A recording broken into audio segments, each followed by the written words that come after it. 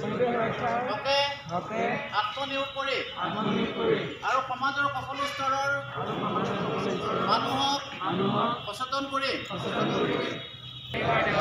আমি পতাকা নুফুটাও আৰু সমাজৰ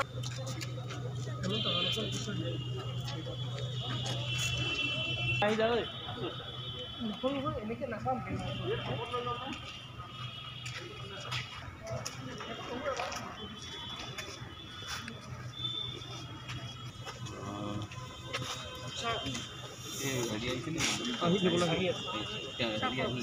নগাঁও মহাবিদ্যালয় NSS গোট আৰু ছাত্ৰ একতা সভাৰ পৰা প্ৰতি বছৰে আমি ধাৰাবাহিকভাৱে এটা আহ্বান কৰি আহিছোঁ যে আপোনালোকে পোহৰৰ উৎসৱে উদযাপন কৰা শব্দৰ উৎসৱ নহয়, এইবাৰো ব্যতিক্ৰম নহয়। আৰু এইবাৰ কথাটো অলপ সুকীয়া, ইতিমধ্যে আমাৰ অধ্যক্ষ মহোদয়ে উল্লেখ কৰিছে যে COVID-19 পেণ্ডেমিকৰ পৰিপ্ৰেক্ষিতত বহুতো ক'ভিড ৰোগী সুস্থ হৈ ঘৰলৈ উভতি আহিছে আৰু তেখেতলোকৰ হাওঁফাওঁ বা হৃদপিণ্ড এনেকুৱা ধৰণৰ এতিয়াও হয়তো সম্পূৰ্ণভাৱে সুস্থ হৈ উঠা নাই।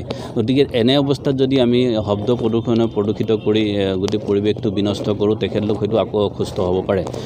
তাৰোপৰি আমি নগাঁও মহাবিদ্যালয় ছাত্ৰ ছাত্ৰীসকলে আৰু আমি NSS গোটৰ তৰফৰ পৰা এইবাৰ আমি শপত লৈছোঁ যে আমি শব্দৰ উৎসৱ উদযাপন নকৰোঁ, আমি পোহৰৰ উৎসৱে উদযাপন কৰিম।